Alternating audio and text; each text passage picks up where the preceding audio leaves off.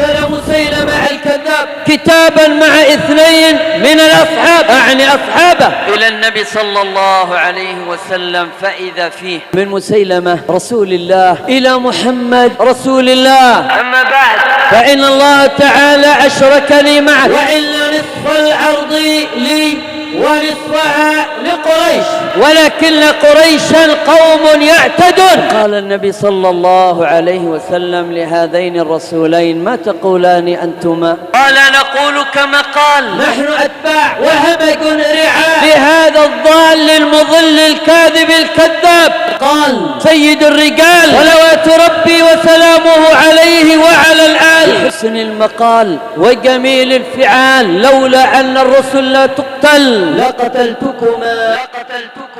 الرسل ما تقتل عند العرب. بعث النبي صلى الله عليه وسلم برسالة مع هذين الرسولين التابعين لمسيلمة. بسم الله الرحمن الرحيم، من محمد عبد الله ورسوله إلى مسيلمة الكذاب: اعلم أن الأرض لله تعالى يورثها من يشاء من عباده، والعاقبة للمتقين.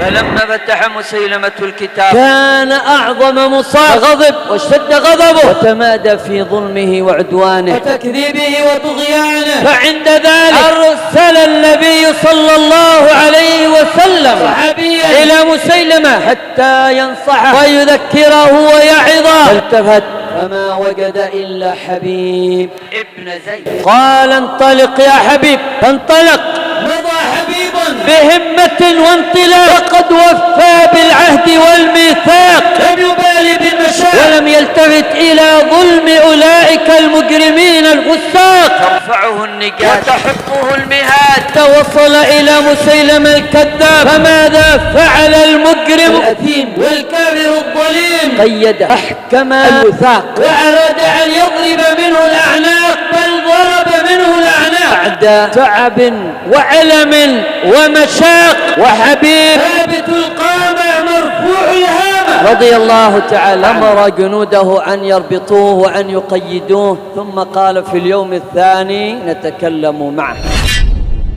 قال له مسيلمة وقد جمع الناس وأحاطوا بحبيب حاطة السوار بالمعصم والقلادة بالعنق. قال: يا حبيب، أتشهد أن محمدا رسول الله؟ قال بصوت مسموع ورأس مرفوع وقلب يملأ الخضوع: أشهد أن محمدا رسول الله.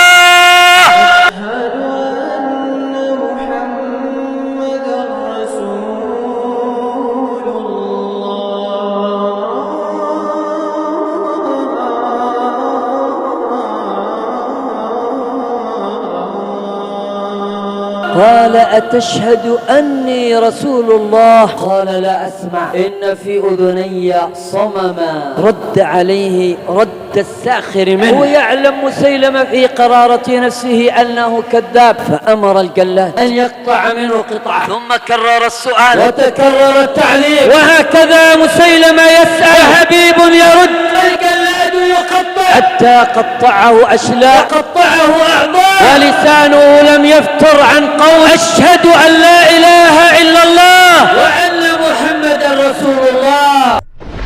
مات حبيب ومات وقتل مسيلمة الكذاب. لكن هذا إلى الجنة وهذا إلى النار، هذا إلى سعادة أبدية وهذا إلى عذاب في نار جهنمية. وصل الخبر إلى أم عمارة نسيب المازنية، قالت رضي الله تعالى عنها بكلام: تبقى كلمات من نور تبدد الظلام والديجور. قالت: لمثل هذا